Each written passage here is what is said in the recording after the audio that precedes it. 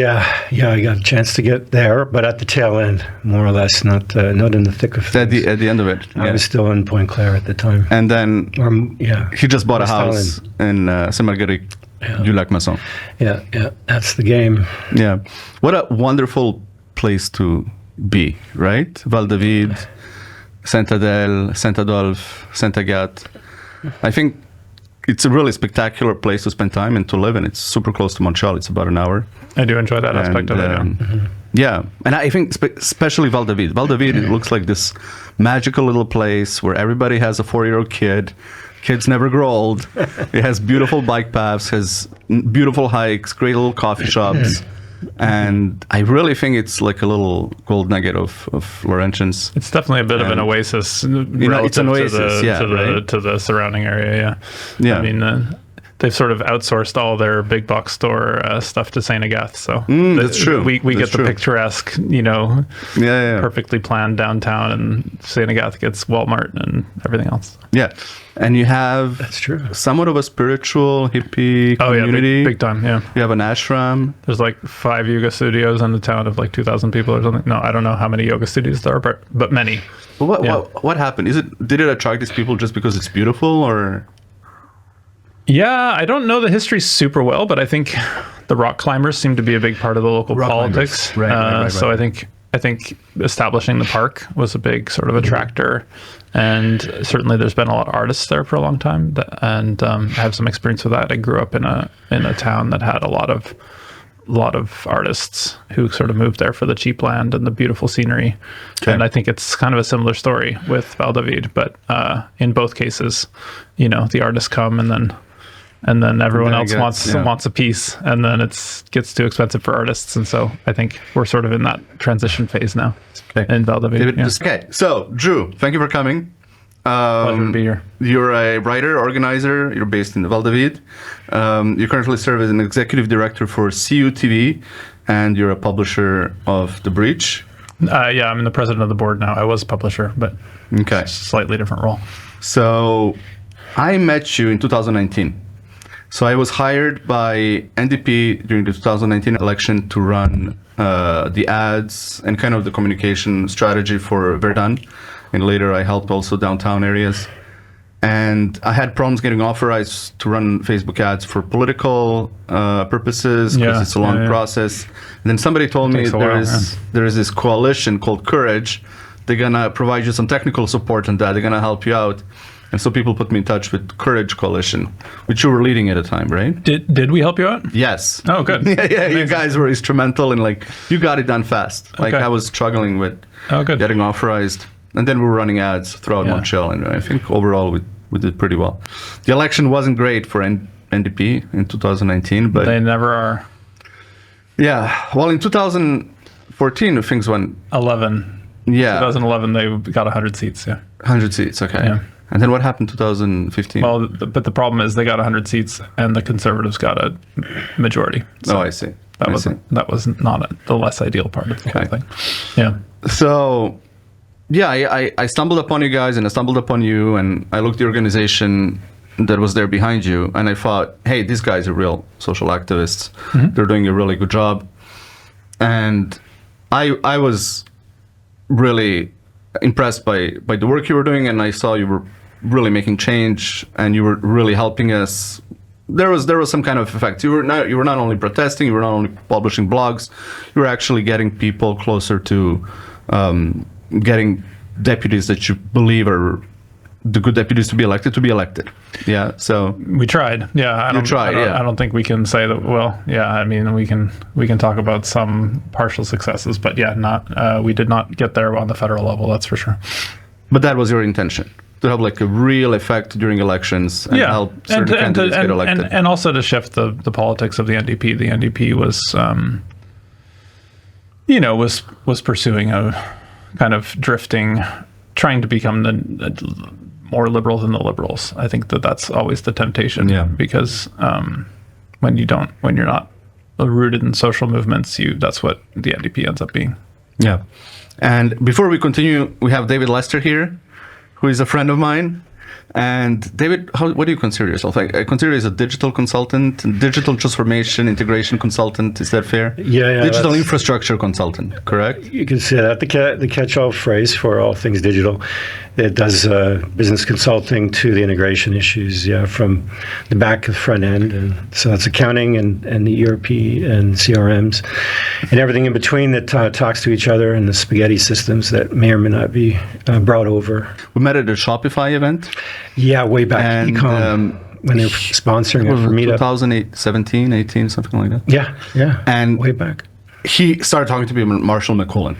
And I kind of knew about Marshall McLuhan, but he really brought my attention to the media theory and to Harold Innis. And Innis really looked at the political economy of Canada, so the fur trade and this idea of center and periphery, and newspaper in particular, who owned the pulp and paper mills and who could print, and how far could that reach be. And he saw that if you controlled the medium, you control the message. So that was sort of the initial idea. And then McLuhan, as a literature professor, kind of looked at culture more than political economy.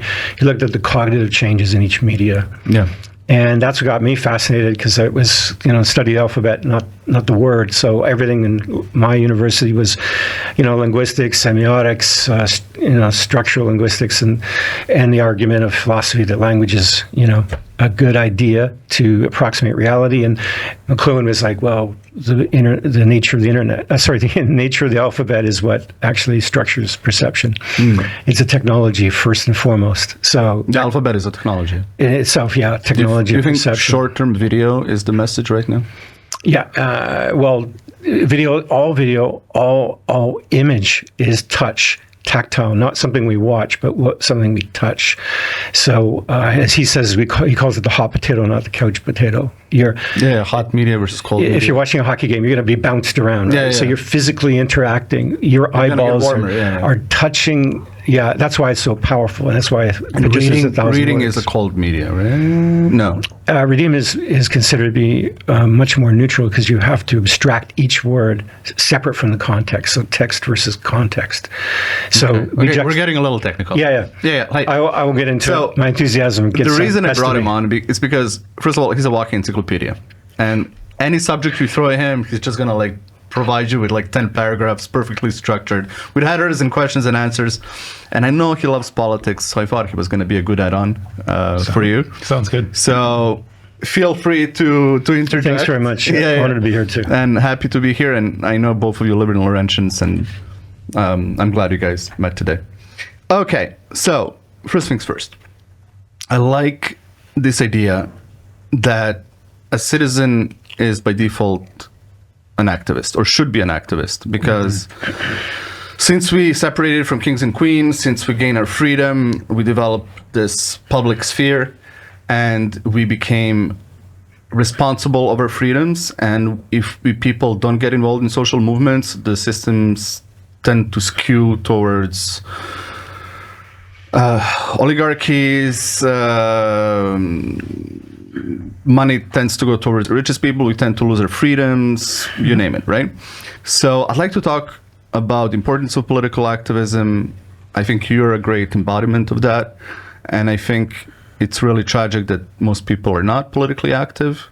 We're talking something like 98% of people are probably not involved into social... That sounds about right, yeah. And that maybe is the reason we live in a society we live in right now. And we have all these problems because people are not active. They don't understand what is going on economically, politically. Yeah, and well, as I say, the medium is the message here. Yeah. So what do you think about this idea? Is this kind of a conclusion that Noam Chomsky and Naomi Klein types came with when they looked at 20th century and they said all progress in human rights, LGBTQ rights, women rights, were a result of grassroots social movements? And why is that not the case as much anymore? Why? Yeah, I think that, I agree with that reading of history in any case. If you look at any of the things, The Weekend, any kind of access to medical care, access to... Sorry, what do you mean The Weekend? The weekend? Oh, well, we didn't used to have the weekend, but we had a thing called the labor movement that fought for a 5-day work week. Basically, the labor movement says, okay, well, we're going to build worker power and we're going to we're going to assert the needs of the people in the labor movement, right? Like the working class.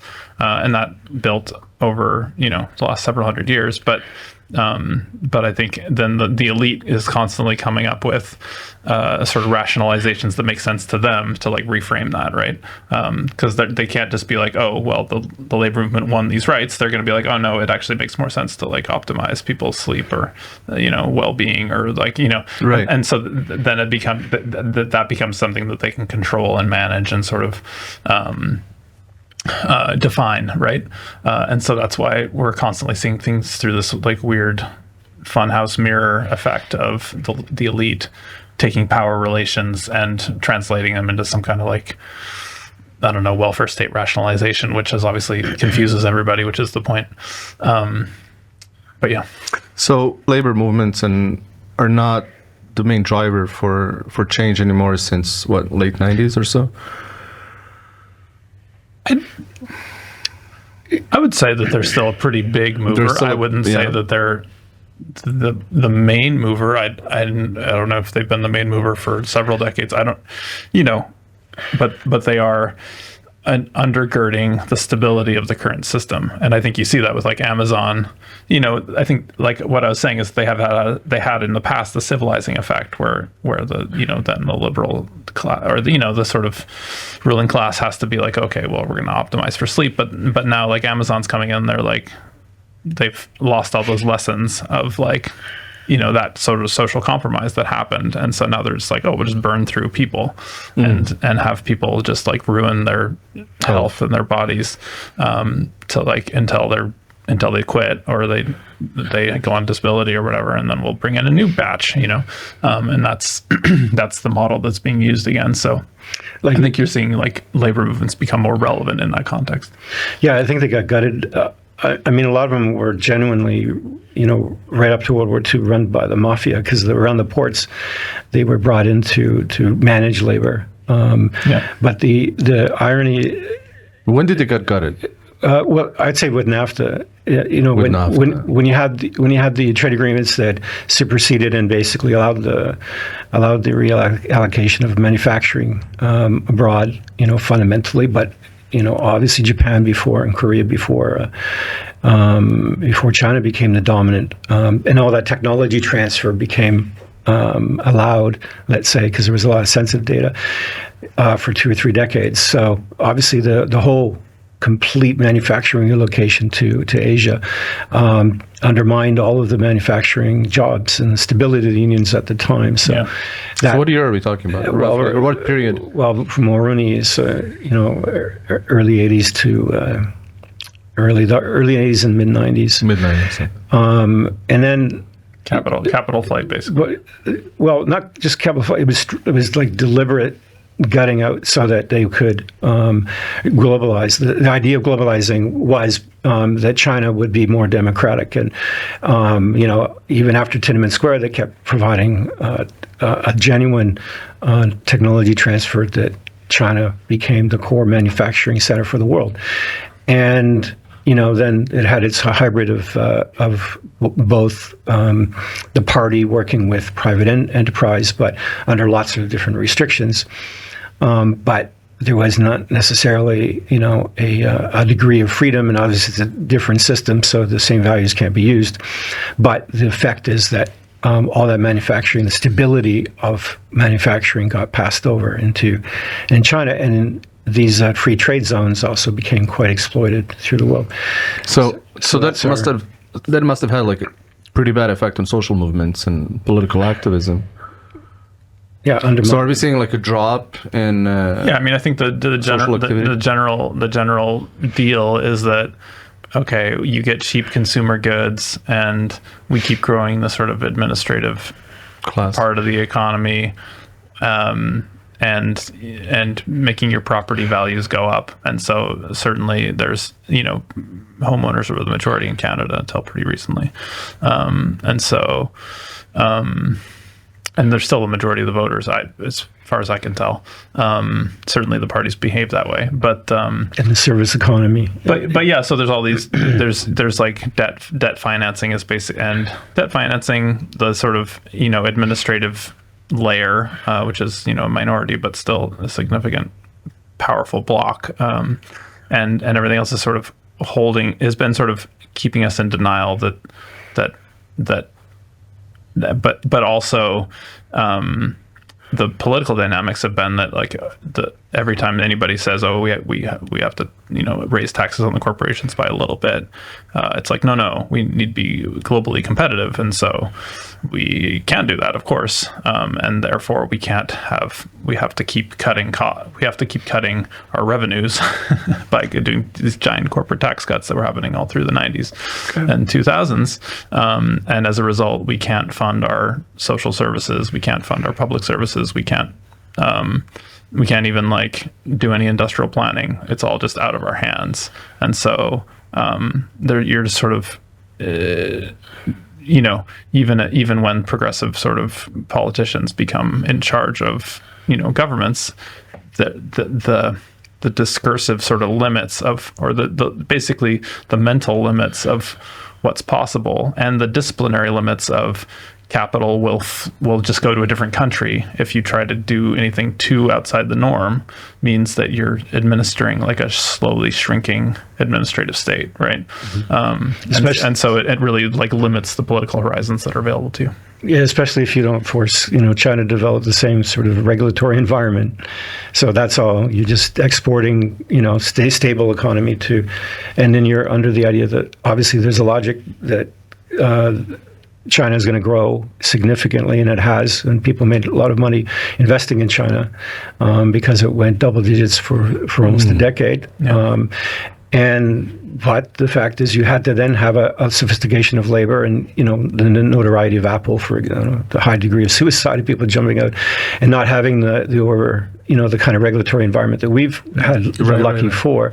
So you're just putting labor pools globally against each other, and now Bangladesh will be the new India, and you'll just see it keep going. And now Africa for China is becoming the new center. So you just keep moving around. Obviously, there's a limit eventually to places you can exploit, but you don't allow stability in any country. But they all work together in all those different regimes, I would argue, so that you do destabilize, and you don't have a way of organizing the power, because where depending on how old you guys are, after you went to university, that's the first real after World War II, a group that went to university and had the chance to actually study and figure out the world enough, let's say, and then pass that stability on to their children.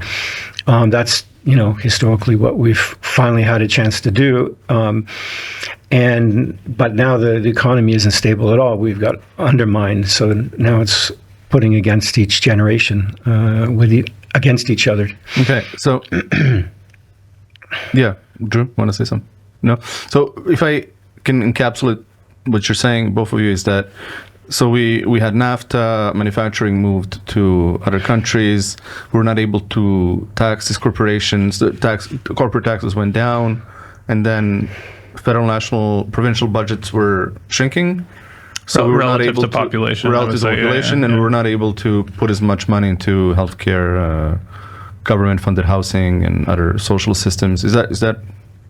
I mean, am I correct? That would be my take. Yeah, sure. Yeah. Okay. Well, not able. I mean, it was a self-imposed limit, but yes. Self-imposed limit. Okay, so that was a trend since mid-90s to late 80s, yeah. Since late 80s. The argument was the service economy would make up for the loss of manufacturing.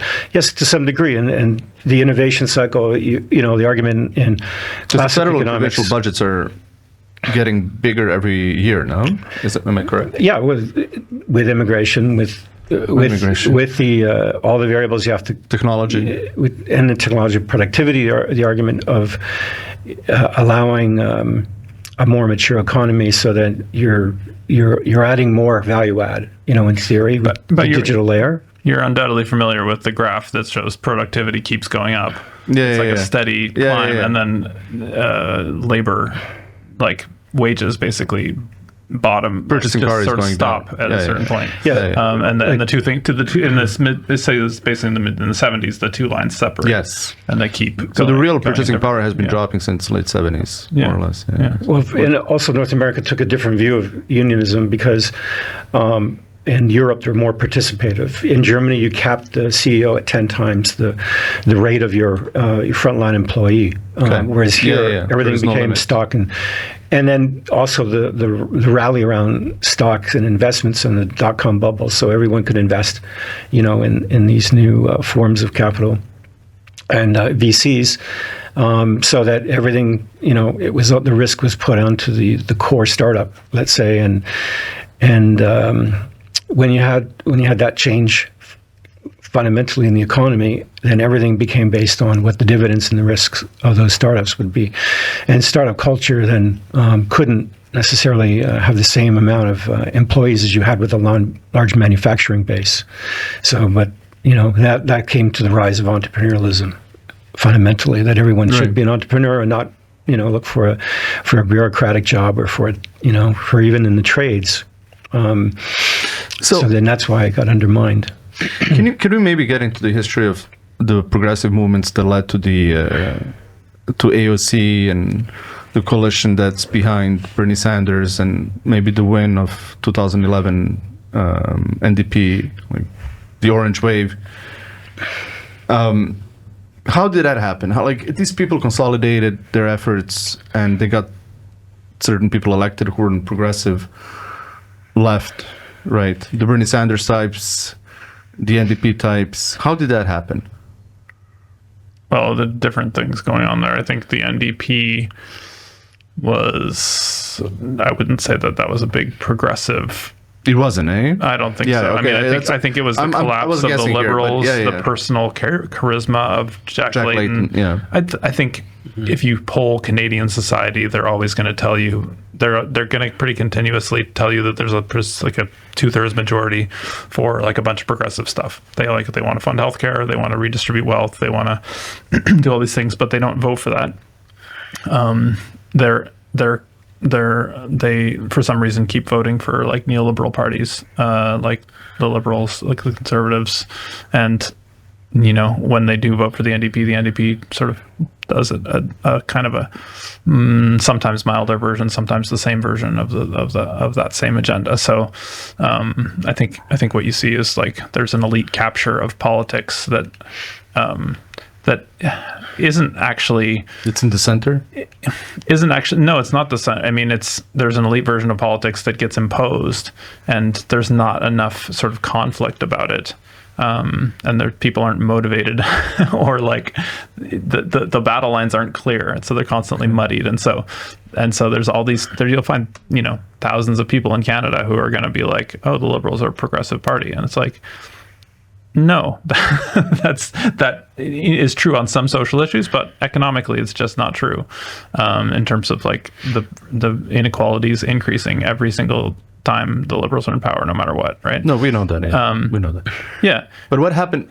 But who are the organizations? But what I'm saying is that's not what people are in favor of. That's not what a super. It's the same thing in the U.S., right? Everybody, it's price controls are polling at 80% or something, and nobody, no party will put that forward. Public health care is a significant majority that wants public health care, despite the fact that it's nobody. No price control is pulling 80%. It did at one point. Yeah. What, in Canada? Well, in the U.S. Well, Kamala Harris actually put that was. I mean, that was actually the first and last progressive measure that Kamala Harris put forward. She was like, oh yeah, we're going to have some price controls on basically price caps or something. It was very mushy, vague thing that probably would have been discarded immediately upon election. But the point is, she put it forward, and it was popular. But then the Wall Street Journal and various others started flipping out, because you can't argue with the almighty logic of the market. It's absolutely not unacceptable. And so but is there and so they were effectively disciplined, and they backed off, and after that it was just all downhill, and I would argue that's significantly why they lost the election. Is there a history of successful price control success stories in the history, in Canada, US, over the last few decades?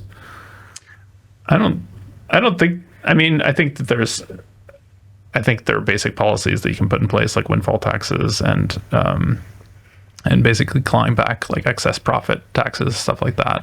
That can. But they never control the price of milk or eggs or gas. And they said, yeah. I mean, I don't think that. I think that that's against the logic of the market, which I think is sort of ideologically unthinkable in Canada and the U.S. So but in Mexico, the price of tortillas was fixed for like, a long time. Like when I went there in the late 90s, and tortillas are like basically cost nothing. Yeah. And that was because they fixed the price of tortillas. It was just a thing, and it's not like tortillas weren't available. They were available everywhere, but the price was fixed. So yeah. Since the labor movement went down in late 80s, early 90s, what happened with social movements in 2000s, 2010s? And there was a rise of progressive left in the early 2010s. It seems to be struggling right now. So I just wanted to ask you guys both maybe what happened there? Why did the left have not a spectacular rise, but there was a rise in success? Bernie Sanders should have been president or should have been a nominee in 2016, 2020 maybe even, and he was pushed out of it by the Democratic Party. So I think he got a popular vote against Hillary Clinton. Anyway, I'm not sure, but he did, right? They conceded that he should have won. There was obviously a rise, and you were saying NDP is a different story, but there was an orange wave in Canada. What happened for the left for the progressive left to get to that point, and then what happened for it to lose the ground in the last, I would say, 2 years, maybe post-COVID? So maybe just start with Dru, and then you can hop in. Sure. What happened to the left? I mean, I think progressive left. What you saw with the progressive left with Bernie Sanders anyway is that I think the immediate sort of precursor to that was Occupy Wall Street, right? Like where you have people reintroducing class analysis into the mainstream of U.S. society. Like that was the key piece there, because it didn't exist. I mean, maybe it existed before that, but it wasn't part of the mainstream consciousness. Discourse, yeah. And then all of a sudden, you have people being like, we are the 99%. And, even if you don't disagree with the math on that, like it's a powerful sort of separation of being like, okay, we do know that there are this like group of 1% of people who are like living in their mansions and are hoarding a gigantic amount of the wealth, and there's everybody else, right? And so that really became, I think, sort of crystallized something. And then Bernie Sanders, I mean, I remember when Bernie Sanders started running, and I was just like, oh God, another waste of time, like well-meaning, but like ultimately doomed, right? And then you saw a few labor unions come out immediately and be like, all right, we're endorsing this guy, let's go. And it's funny because the progressives before that were like trying to get, oh my God, what's her name? Elizabeth Warren to run. Anyway, but she declined because Hillary Clinton was already in the race. But yeah, so Bernie Sanders comes out, and all of a sudden it's like, oh, he's neck and neck with I guess it was Clinton at the time, and then I think you see the sort of poisoning of the well. They introduce all these different divisions in order to sort of smash that. And I think it's difficult because obviously racial justice is a key part of, I think, Bernie Sanders' vision, honestly. But I think you have the sort of neoliberal progressivism that like weaponizes identity politics and weaponizes all these sort of divisions to try to crush the progressive left, the wealth redistribution part of the progressive left, which is also a racial justice part of the progressive left. That's not like a clear division there, but it was, all this rhetoric division of like Bernie bros. It was a made up division, but it was one that was effectively mobilized, right? But the so-called woke trend was not necessarily part of the progressive left movement. It was part of the progressive left. Racial justice. But basically, instead of being a holistic part of like a multiracial working class analysis of wealth redistribution primarily, and then racial justice as a key component of that, because racial injustice is economic injustice. It's economic, yeah, like the redlining of communities, like the inability of people to even buy houses if they wanted to, or can buy houses, because of their skin color and so on. The weaponization of migrant status and the sort of suppression of wages for all that. All those are part of an economic problem, but then you had a corporate version of that, which becomes all about sort of representation, about tokenization of people in leadership positions and so on, and so that that becomes the sort of a very and then you have like corporations like actually preventing unionization by having these workshops that are basically nominally about racial justice, but ultimately actually designed to divide workers and alienate workers amongst each other, because the labor movement is actually one of the key vectors of like addressing racism and transcending it, right, and putting an end to it, because it's working class unity that you're going for. But actually they used racial justice as a way to sow working class disunity by like getting everyone like obsessing about these sort of their internalized racism and all these things, which isn't to say they don't exist. So there's obviously something there, which is what made it a powerful tool to wield against the left, but it's wielded in bad faith. And so I think we're sort of coming out of that. People are sort of realizing, oops. Like I think even a lot of people on the left are sort of realizing that, maybe that wasn't the best move, or that wasn't the best sort of discursive way. Which is difficult because, you have people who do experience racism. It's real, like it is a thing. And it has to be addressed. It's intergenerational. But the way it was, the modality in which it was being addressed was undermining the effectiveness of a movement to redistribute wealth from the ultra wealthy to the working class, and to create more social rights and working class power, basically. So I would say that that's a big part of what happened. Another part of it is just the wave crashed on the wall, right? Like Bernie came close a couple times, and there just wasn't the coalition to put him over the edge. Obama basically, the second time he was going to win, like he was going to win. I remember I was at my, it was on my birthday. I was like, and he won Nevada, and it was like, there's no way he's. Like it's unstoppable now. He's won the first 3 states. Like nobody's ever done that and not won the nomination. But then Obama like calls up all the other candidates except for Elizabeth Warren, who gets a $9 million PAC donation to campaign in California, right? But all the neoliberal candidates, all the right-wing candidates, are summoned by Obama, and they all consolidate and endorse Joe Biden. Yeah. And the rest is history, right? Right. And I think the media institutions, which are corporate controlled, right, like MSNBC and stuff in the U.S., just nonstop were repeating after that consolidation happened. They were nonstop repeating the idea that that Biden was the only one who was electable against Trump.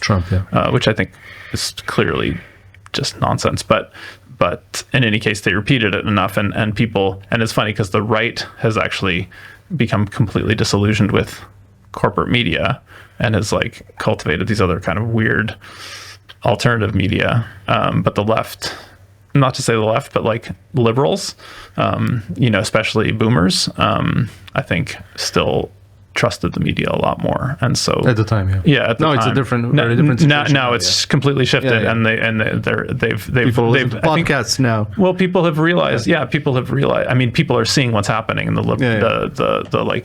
the same Democratic parties just lying down while Trump just like runs roughshod over everything, and their base is just absolutely livid and is looking for someone else to tell them what's going on, because they do not believe the corporate media narrative anymore. Okay, so 2 points. So if I understand what you're saying that the so-called DI vote practices did not address properly racial injustice.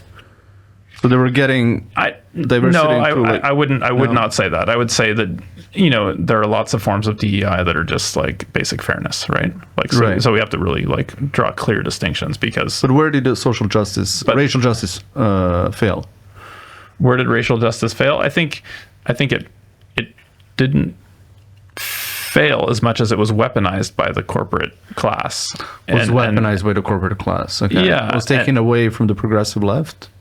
And it served their needs in both directions, right? It served their needs in the sense that it alienated like white people who don't understand the history and don't live racism every day. It alienated them by saying that they basically need to feel bad about men.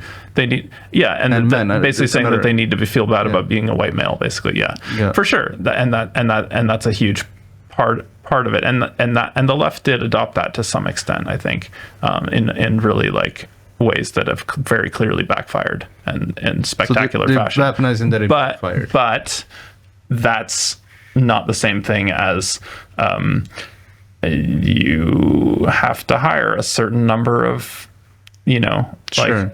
percentage of people. If you're in a giant corporation and all your new hires are white, stop it. Knock it off because that's racism, right? I think that's fundamentally different from like feel bad about yourself because you're a white guy, right? Like there are two different things happening there, and I think we need to make a clear distinction because right now the attack on woke is like attacking all of that stuff, like basic fairness, like basically anything that even if you have a minority who's there as a result of meritocracy, there's pressure to get rid of them because that's wokeism, right? And that's just racism. I'm sorry, that's just racism. And like, I think that's very different from the weaponization of racism in bad faith by a corporate class that is on the defensive because there's a bunch of people saying, get money out of politics and tax the rich. So you're saying identity politics was weaponized and people had a reaction to it and they're like, we're not going to keep supporting this in a way. And they went to the right? I mean, not really. I mean, like we're talking about a 5% shift, right? Like we're not talking about like a sea change shift in like how people think about things. But 5% is a lot when you're 50-50. Absolutely. No question. But we're not talking about like an entire population changing its mind. That's all I'm saying, right? Like you only need to change a few million votes, a few million people change the way they vote. Yeah. Out of a population of like 400 million, right? So, so you don't, we're not talking about like a societal sea change, but we are talking about a backlash. Backlash. Okay. That's significant enough to have an electoral effect. Okay. Absolutely. Yeah. And in early 2010s, also you had a rise of so-called libertarian movement. And ideology, Austrian School of Economics, Ron Paul types, and maybe Donald Trump has something to do with the rise of that class of people. Like, he's not a libertarian, but he's on he flirts with it, and like he went to the Libertarian Convention and like adopted one of their pet causes, and and probably got some of their votes as a result. And any one of those things, JFK Jr. could have put him over the edge. The libertarian vote could have put him over the edge. Like any number of those things could have put him over the edge, right? Okay. So where do you think the progressive left is going from here on? Do you think they'll be able to recover? Yeah, I mean, I think that they hit the wall of how much power they could gain, and obviously when you hit the wall, like the perception of like losing momentum becomes a big problem. And I think a lot of people became very alienated from the Democratic Party. A lot of young people are just like, so this corporate, this, like I'm out of here. Yeah. So this corporate and stopped engaging, right? But they still have the same values. A lot of them do. There's still a huge base of people out there who have those values. They just don't have anywhere to put it because the Democratic Party is very busy suppressing their base, right? And I think the NDP does the same thing, but in a more subtle way. But the NDP's job, I think there's a lot of people who are sort of corporate consultant revolving door within the NDP, especially at the sort of national level, who see their job as basically demoralizing the base and preventing them from participating meaningfully in the life of the party. And they might see it as for the party's own good or professionalization or something, but ultimately that's their societal role, and we know who pays their salary, right? Mm-hmm. Okay. So do you think that people who are supporters of this kind of corporate center left, do you think they're going to go to progressive left, or they're going to go towards libertarian populist right? I don't know. I don't know how things are going to play out. I mean, it looked like Poilievre was going to stomp to a super majority until like 3 weeks ago, right? So I have no idea how Canadian politics is going to play out. In the U.S., I mean, AOC, like Alexandria Ocasio-Cortez, is now seen by like a plurality of Democratic voters as like the new possible leader. Yeah, as like the person who most embodies the Democratic ideal, which is like, again, like even 3 months ago, that was unthinkable. That, I mean, she was polling at like 3% in the hypothetical presidential thing, and like Kamala Harris was like 30-something, 30s, and nobody else was close, right? And now it's like AOC and Bernie, like, they're the new de facto faces of. Well, they're the faces of like the thing that people want, which is like somebody to stand up to this Trump nonsense, right? Like, I mean, that's what their base wants, and that's what like just an increasing number of people want. And in NDP general. is not playing their role in Canada at all, right? NDP has made itself.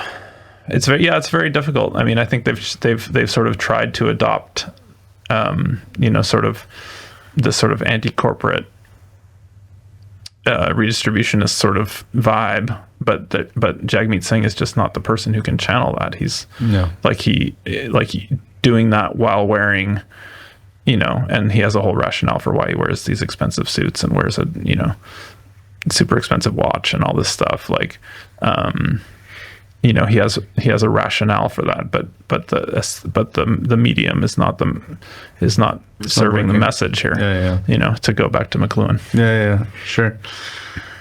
I believe you have a lot to say about this, right? Quick answer to my question: what happened to the progressive left, and where is going from here on in Canada and U.S.? The Occupy Wall Street was fundamental about the equity and the role of the banks. Identity politics completely undermined that approach to political economy. We already discussed how the economy generally was being gutted. So you didn't have a stable economy, you didn't have stable unions. That's the bedrock for what we would do as civil society. The role of civil society was being undermined to the gig economy. In the gig economy, you just have everyone pointing at each other if you move to identity politics as a way of redress, which you can't, because fundamentally the structure isn't there to provide for a stable economy, because you've given it over to another part of the world. So now you're looking at the gig economy, which means you're picking up 2 or 3 jobs and learning all kinds of service type skill sets. And you don't have a core, unless you're going to be an electrician or a plumber now that's coming back into vogue. But that was almost seen as beneath you at the time. Now it's seen as, an art form. No. So there was no real way that these institutions would address fundamental economic, let's say the inequality that was starting to fundamentally emerge, because you have a disjuncture of the manufacturing bases and the ability to have a new set of regulatory systems, and redesigning the way that we allow banks to underwrite mortgages, and carry on with your formula that 20% of your disposable income should cover the rest of your life, and you should have your vacations every 2 weeks, for 2 weeks a year, and so on. That formula of living became more and more dubious anyway. So the undermining to me is that it only stayed at that level. And, to Dru's point, that's both a distraction, and it was genuinely weaponized, and it destroys the fabric of, what we would say is traditionalist views, conservative views of a family that passes on wealth to their kids. So if everyone's angry at each other and there's a separation of the generations because they don't see eye to eye whatsoever, then, you'll have no coherency. And that destroyed their role. So, and I always see left and right as just two sides of the same coin. I don't really see an us and them, they just operate on the same principles. The overall direction of the economy is to get more and more technological, more technocratic on both sides. You either have like the Soviet Union it's more the party, or in Russia or China, you got more of the party controlling the nature of the regulation and using corporatism to achieve that. So fundamentally, they're calling the shots, but on our side, it's the corporatists that are calling the shots. So identity politics just provides them, and I believe it weaponizes the ability not to look at the structural problems and to try to redress it in terms of identity rather than in terms of the political economy.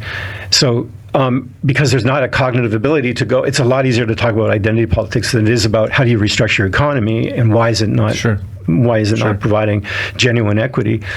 And then everyone's angry and thinking one side or the other. So then you divide. It's been a formula, I would say, with the undermining of the unions. And the nature of the gig economy was never really understood. And obviously we still people going to university for 4 to 6 years when now you're having a whole micro-credential movement and the ability to have knowledge on demand and courses being much more customized. And so the way that we socialized and culturalized ourselves to be able to afford and to grow a civil society is all of those instincts and institutions I don't think work anymore with digitization. So we have a chance to really rethink entire lifestyles now and to decentralize it. Okay. How it looks, either it's going to be central or wasn't really my question, though. No, but how did it get undermined? That's the thing. It got undermined because I would agree, it was weaponized to prevent people from looking at how banks and the nature of international capital works. And therefore, you can't reconstruct a civil society without enough common bonds. And if no one wants to have a proper common bond, and they don't want to agree in the middle at something, there was no common language to work out, then you get a disillusionment, and that's what I feel has undermined it. We call that cultural Marxism, right? That's the phrase that attributes to identity politics being the next layer from political economy. When class analysis doesn't move the needle, then you go into identity politics.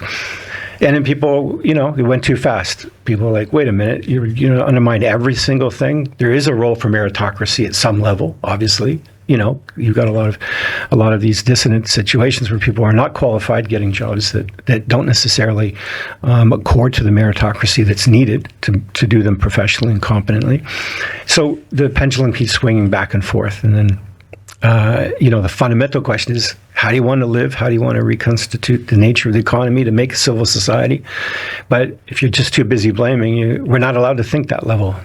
That's what that's what I'm trying to express here.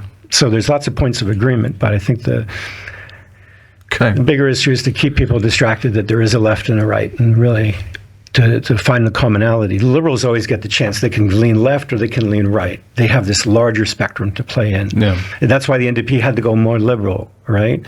And the Conservatives try to be a little bit liberal. That's about it. They can't really go too far left. So my sense in the future right now is that we need to rethink decentralizing, and that will be your city-state model, and to probably go on regionalism, and that is an effect of network societies, and network societies typically will augment the way these new forms of social life will take place. I think you'll have more decentralized communities. So my argument is that you have to encourage innovation, but the left and right fight so that you either get monopoly or you get regulation. Strong governments run it, on behalf of the citizens, looking like paternal caregivers, and then you have eventually it'll corporatize. Canada started off with, the whole idea of confederation was to give the CN tracts, to every province that joined. But eventually that became privatized because you sold bonds, and then each of these provinces became liable for the debt. Mm. So, and then they had cheap access to the Orient, and it was sold as Canadian nation building. Yeah, but it was the British wanted access to, and that's a lot documented by a McGill professor, Naylor, Thomas Naylor, as his name is, who looked at the underground economy of Canada for these issues. So, we always think, well, we need to have better government regulation, better government intervention, better government distribution. And then you get the swing to the right. No, that's not good. No, we're going to corporatize everything. So they just play off each other, and they always have. True deregulation doesn't give a chance. I think that there is a point that Dave is making that's really important, which is that when things do tilt left, basically the corporate capitalist class that runs things, or that has accumulated the most power, will only tolerate sort of a paternalistic top-down model of sort of redistribution of wealth, right? So healthcare is like run by a giant bureaucracy, and all the resources go into these like gigantic hospitals that are just like million or billion dollar like enterprises with like these giant administrative apparatuses. And like social movements briefly got like the CLSCs, right, which are these like community rooted, close, like very decentralized sort of model of healthcare that's way more human and way easier to access, and actually had community organizers on staff at a certain point to like create better health outcomes in local areas. But that obviously has been subject to like continuous cuts for like the last 30, 40 years. And it was won by social movements briefly. And I think, so whether it's healthcare or housing or anything else, like, in the housing, you have these like giant, like state-run, social housing units, which obviously has all kinds of, the projects, they call them in the US, right? Has all kinds of issues with it. But that's what the ruling class allows the left to do, is like have these like giant bureaucracies that are not responsive to people's needs, that are not susceptible to innovation. But I think there is a version where you can democratize public services, you can decentralize, you can centralize the solidarity, which is to say you guarantee services at a certain level for everybody, even if it costs more in some areas and costs less in other areas. And I think that is ultimately a social good, and that's one of the huge advantages of public services. If you decentralize things, then obviously in a resource-rich area, like then you get Alberta, where like they get all this money and then they just ruin their entire society with it. But that's freedom or something. But and then they complain constantly about like even the minimum sort of level of like transfer payments that they have to make, right? But the good version of centralization is that you centralize solidarity and you make universal services available universally and equally. But the problem with centralization is that you have like a cookie cutter approach where you're imposing basically the same model everywhere. You're stifling innovation because you're applying these standards too strictly. You're not allowing sort of responsiveness to community needs. And so the ideal would be to say, okay, here are a set of like standards that you have to meet, but there's a lot of latitude in terms of how to meet them. Just in healthcare, for example, there's a lot of latitude for how to meet them. You can we're going to incentivize the democratization of your institutions so you become more responsive to your local area. Maybe you can get the community involved in different ways. Maybe you can organize yourselves or create volunteer structures or community, increase social fabric in a way that increases health outcomes. You can do all these things, right, that adapt to the specificity of your local area and create more investment and responsiveness in the institutions and take advantage of all the unique talents and cultural forms and whatever else of the local area. And so, but that's not allowed, right? And I think there's real specific reasons why that's not allowed, and that's because once people get that invested in their local institutions and create a real strong bond with them and a high trust relationship, as opposed to it being this bureaucracy that I go and get a good service, but ultimately it is this sort of hard-edged bureaucracy. I think that is a threat to their power ultimately, because once you create something that vibrant, then you can, it's not that hard to imagine doing that with like land management or housing or like all the other sort of fundamental elements, or like where the profit centers of Canadian capitalism at the moment, like and so that's my way of sort of agreeing with at least part of what David's saying. Okay, so big subject, main subject, we don't have much time. Housing. So Dru, you've been working on housing over the last year. You work for Solidarity Economy Incubation Zone Cs. Is that it? You guys surveyed a lot of different social movements around Canada about the housing issues. So housing is a giant problem in Canada, maybe all over the world. The price of real estate has increased. The price of rents has increased. A large segment of the population cannot afford to buy a house anymore, and Can't afford to rent anymore either. and now can afford to rent anymore. So what do you think about the solutions? And tell me about this report. Tell me about co-ops, housing co-ops that are already like a working model that we have in Canada. And go. Yeah, I mean, I think the solution is very clear. I mean, like the post-war, after people came back from World War II, or soldiers came back from World War II, they were like, "What the heck? Like, where are we going to live?"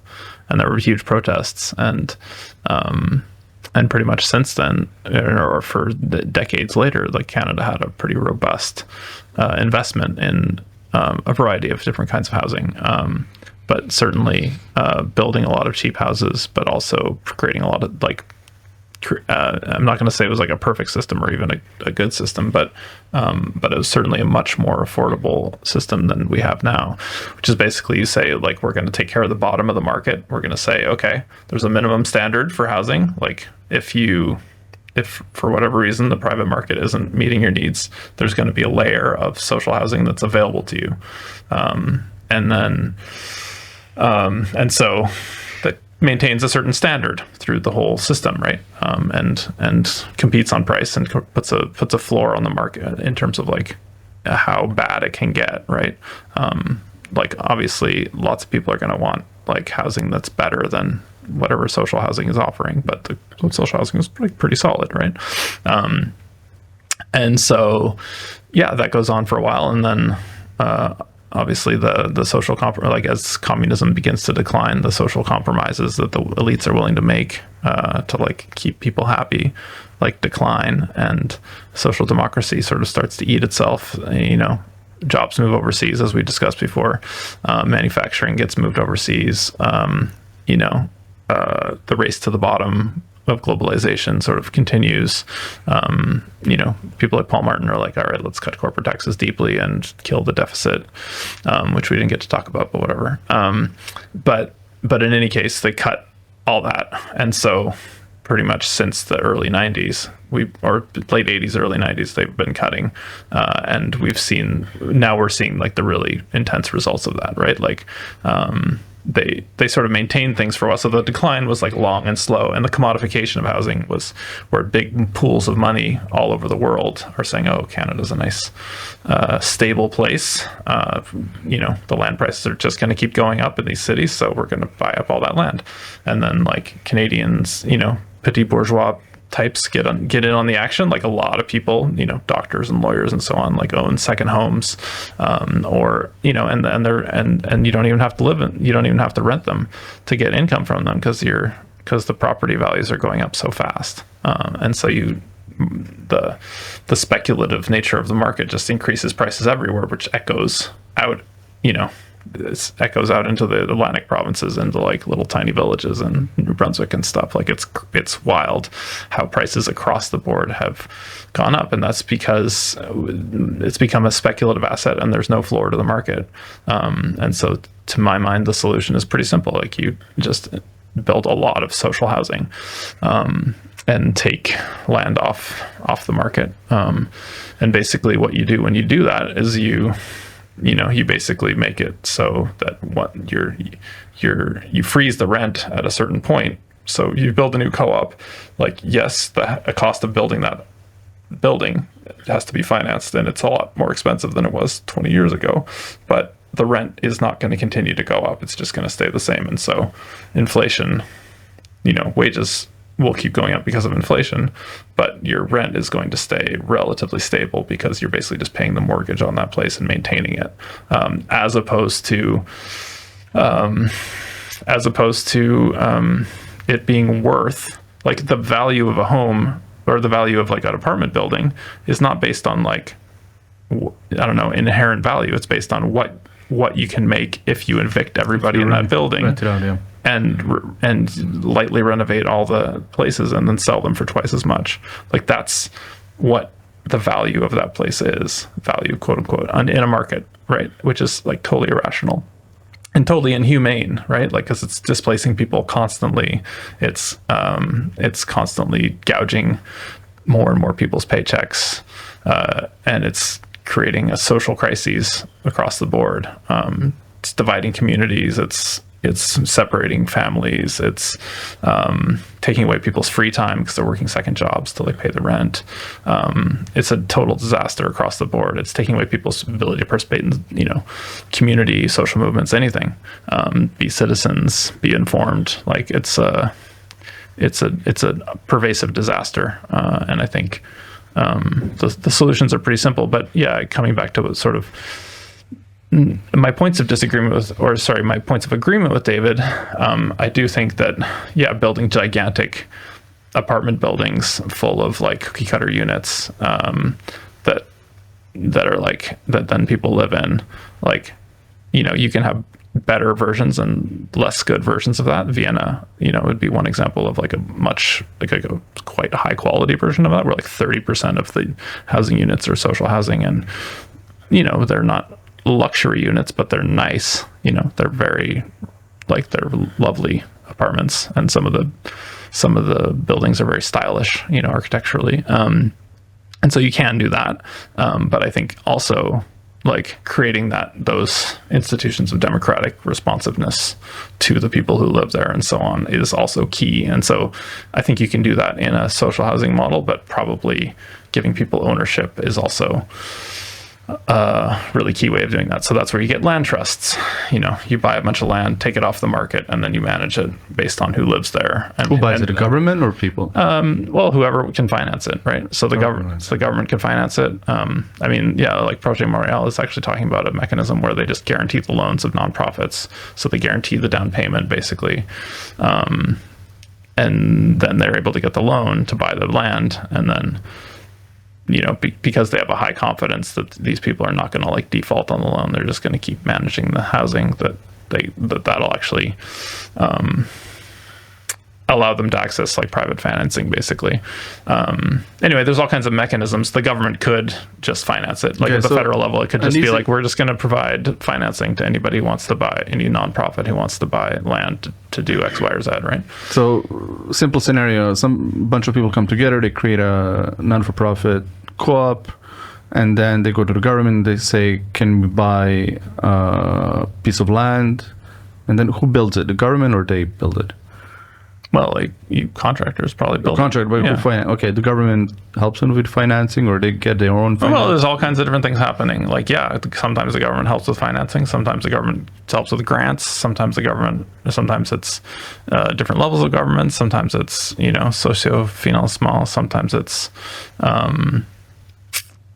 private financing, and it's just a bunch of people who pool their resources and coordinate to buy land together. But what's the role of the government? The government just offers the land to start with, and support with financing, or really it's across the board. There's a bunch of different things. There's grants to actually have the infrastructure to like coordinate all that activity. There's financing to like buy the land. There's financing to build the homes. There's funding to maintain the houses. Like, there's all the different things are possible and have been done, and should be done. So there are a few really beautiful examples of this. One of them is Milton Park. Yeah. So in that case, it was there was a big private developer that wanted to basically like bulldoze that neighborhood and like build these high rises. We're talking corner Park Avenue and Milton. Exactly. Right. Yeah. So there's all these like older sort of homes kind of historic homes there. And there's a developer that wanted to build like several towers, big towers there, and just bulldoze it basically. And the community basically fought back, and not only fought off that development proposal, they also fought for financing to basically buy that entire several blocks. So there's now 1,000 units there. There's 1,000 units, they're co-ops. Yeah, and now they're sort of coming up on paying off the mortgage, and so you have a bunch of people living in a place that the co-op owns outright, which is, has a lot of interesting possibilities. And so they're, you're seeing a little bit of what could be done with that in terms of there's community institutions that are sort of being created and lightly subsidized by that housing co-op because they have commercial real estate as well as residential. So what's the difference between a family buying a house and a co-op? Because a family is kind of the same system, right? Like parents and kids that come in to buy a house. Yeah, it's just genetically based who gets to live there in the future or sell it off. Whereas with a co-op, the idea is that you don't sell it off, and then you create social criteria for who moves in. Usually they're looking for a combination of like young families and people who have particular expertise to like who can fix things, who can manage some kind of technical thing or like deal with contractors or stuff like that. So yeah, when co-ops are looking for new members, like they're looking for a combination of those things. And they usually have a social mandate, and they have like their actual practical needs.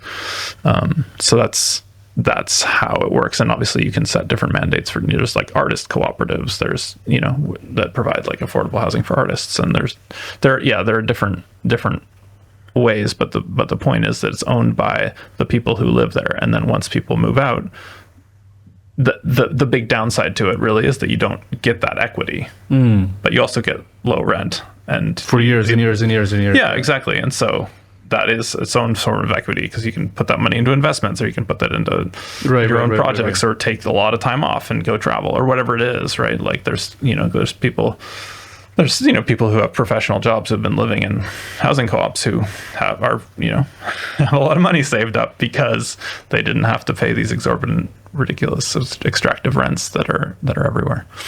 So if you start today and you do it today, you're still going to have to pay current land prices, current construction costs. Yeah, unless you build on public land, yeah. But yeah, construction costs are a big thing, obviously. Yeah. Okay. So and that's where we should, we could look at intervening in the other parts of the supply chain. Obviously, like Canada's timber industry is a total racket, for example. The price of lumber has doubled, tripled during COVID. Yeah. So what do you think would be an interesting place to build co-ops now? You're going to have a hard time doing it on Plateau or like downtown because there is so many people. So what would you do? You would like buy like little Milton Park? Yeah, I mean, I think there is lots of public land that is still available, and the Liberals and the Conservatives are constantly trying to privatize it. The NDP actually, in their vestiges of good public policy, like Jagmeet Singh just got on the radio the other day and said like we should keep public land public and build cheap housing on it, or not cheap housing, but like social, good quality, affordable housing. That's not for profit. Is there public land in Montreal? Yeah, so there's tons left. There's all kinds of it. Yeah. It's all over the place. And there's different ways of acquiring land. Obviously, we could tax the increase in land value and to like curb significantly or completely curb speculation, because if you can't make 15% in like on your investment in like real estate, per year, because the land value is going up so fast, then there's no reason to do that. And then the value will stabilize, right? Or the price will stabilize. And so you could, if you want to get really interventionist, you could like do that in a particular area and say, okay, or you could say like, I don't know. I'm my sort of half joke measure is to say, okay, let's make a list of like let's make it a slumlord index, and the people with like the maintaining the worst housing, quality in the city. We create a list, and the bottom 5 get get expropriated. I don't think it's a funny joke. I don't think a lot of people are going to think it's a funny joke. I think it's. I mean, I would hope people will take it seriously. I think that would be a great way to. It's a good incentive to add some incentive. To make, use market forces in the opposite direction that they're always going, right? So. Yeah. Okay. So, do you see any movement in that direction in Montreal or in Laurentians, in Val David? Yeah, I think there's a growing understanding that the housing, that the commodified. I mean, obviously there's a lot of people who are millionaires from houses that they bought in the 80s, and that there's enough of those people out there, and they vote. They're going to try and protect those assets. I mean, they're not necessarily going to, but I think there's a tendency to want to protect one's assets, right? And to see yourself as somehow deserving that windfall, as opposed to it being a kind of a freakish sort of a side effect of a really broken system. But I think these people are just happy to have a house. And they're like, well, it could be worth $1 million or less, but I'm just happy to have a house, and I cannot buy another one because another one would cost me millions. I'm just happy to have this one. I think a lot of people are, yeah, and they should be able to keep their house if they want it. But I think there's also a tendency to want to protect your housing price. I mean, I can see the pressure toward that as a person who bought a house recently. I can see how you want to protect the value that you've put into your house, and I guess if you see yourself as having the extra $1 million that's come from the last few decades of absurd commodification of housing, then you see yourself as wanting to protect that too, right? Which is, I don't know, something's got to give at some point, but these are tough conversations to have on a societal level because there's such a big divide between the haves and the have-nots when it comes to real estate. So the funding for non-for-profit housing would come from federal, from provincial? I think it comes from all of them. It currently comes from all of them. Yeah, the city puts some money into it, not as much as they put into a sixth of what they put into the police, but still is something. And the province have huge responsibility when it comes to housing, which is completely shirking. And then the federal can do the usual Canadian federalist thing of setting standards and then saying, okay, we'll give you this money if you do X, Y, and Z. Is there any initiative? What are the initiatives currently for public housing in Quebec, in Montreal?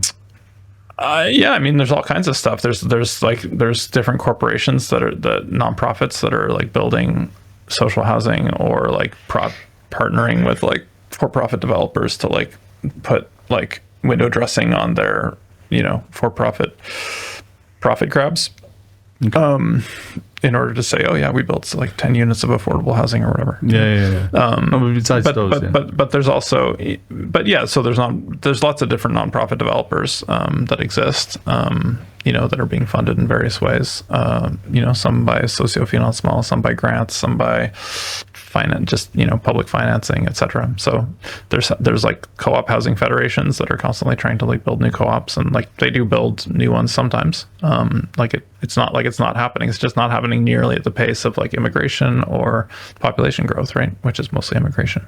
Right. And so I think that's why we see the sort of immigration crisis now, because they're bringing in a ton of new people, which is probably the economic right move to make, but they're not funding social services or housing at the same pace. And so, yeah, of course, you're going to get scarcity and competition, and they're pitting people against each other. And so the sort of low-hanging fruit for people like Pierre Poilievre is to say, okay, well, it's the immigrants that are doing it, and it's their fault. So go vote for me and I'll stop immigration, basically, which is silly and absurd. But the real solution is to say, okay, everybody has an equal right, and we should raise the social right to housing for everybody who lives in this country and works in this country and creates value in this economy. And we should, and that's a relatively easy thing to fund. It's just ideologically not compatible with what,